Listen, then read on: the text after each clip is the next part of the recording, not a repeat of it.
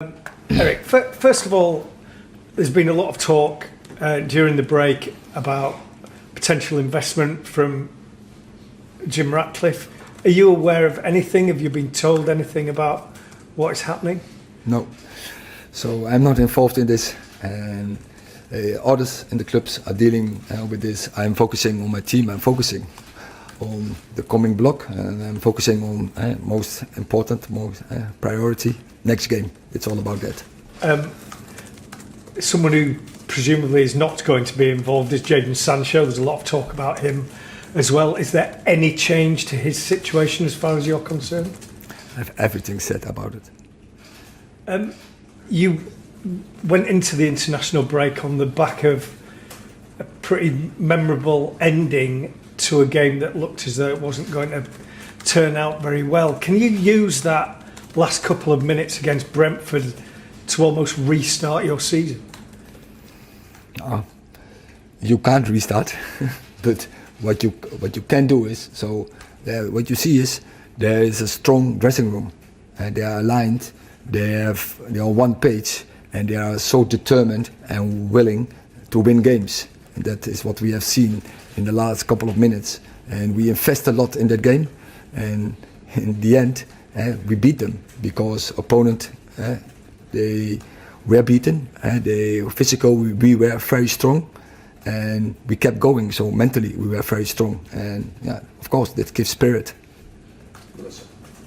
Erik, there's been a lot of criticism and noise around Andre Onana and his performances. You know what a strong personality he is. I just want to know, how's he been dealing with everything that's been happening, and how are you helping him through it?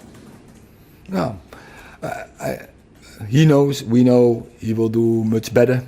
And as every player who's coming into the Premier League, you need integration period.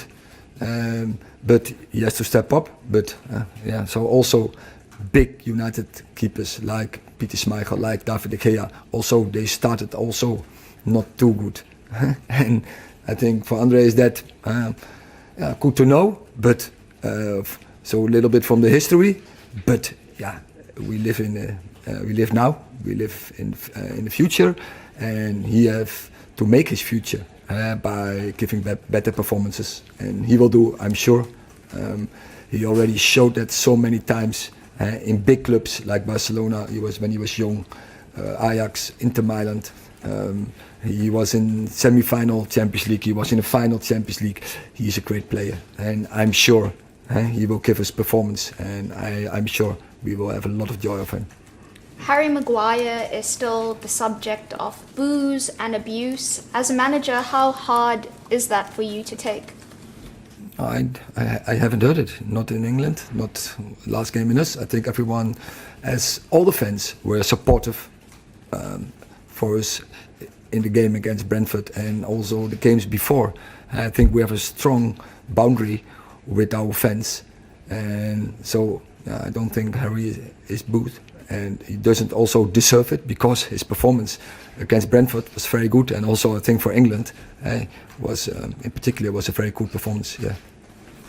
Erik, Sheffield United may sit bottom of the Premier League table, but does a side who are so desperate for 3 points, does that make them even more dangerous tomorrow? Every game the Premier League is difficult, and you have seen, if you see their results like against City, against Spurs, there were very narrow wins from both. So if you don't play your best football, you can have a problem. So it's up to us.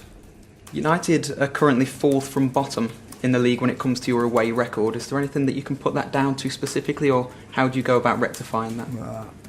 We won our last game away. So finally, it's not about that.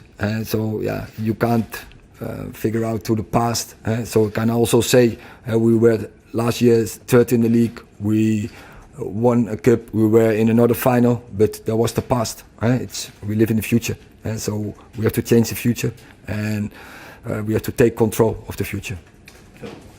Hi, Erik.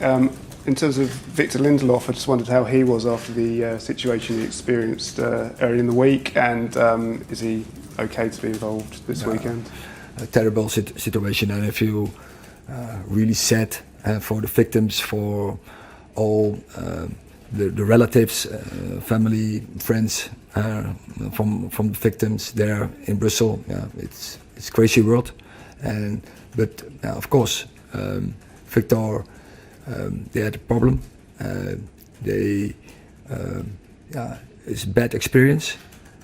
As Swedish national team, he was the captain, so also he had to stay in front and give statements, but he dealt well with it. And of course, he's exhausted after this experience because also they didn't sleep overnight, return. But yesterday he was back in training. He dealt with the situation. Our thoughts, once again, were with Victor, and Victor, we were with the victims' relatives and the victims, but we're looking forward to the game, and Victor has energy and is ready to play this game. Last question in section, Hi, Erik. So Bruno Fernandes has once again shown for Portugal during the European qualifiers, which has revitalized the discussion about him being a little bit lost at United lately. As many seen him being one of the best number 10 around, but has often been played on the right wing in the last few games. Would it be an option for you to swap the position of him and probably Mason Mount? Like push Mason Mount to the right and keep Bruno in the middle? So I think as a squad, in periods in the season you have to deal with certain situations like injuries, and we didn't have a left fullback, or we didn't have a right wing in the last couple of games. Then you have to find solutions, and Bruno is a very good right winger as well. But of course he is playing that position in his way, and he has his freedom there. He's there playing. They're not typical as a right winger, but more coming inside and playing in the 10 role. So coming in situations where he can give key passes, final passes, score a goal. And that is always, you want to use a player like Bruno Fernandes, because we know that he's a player, probably creates one of the most chances in all the games, international.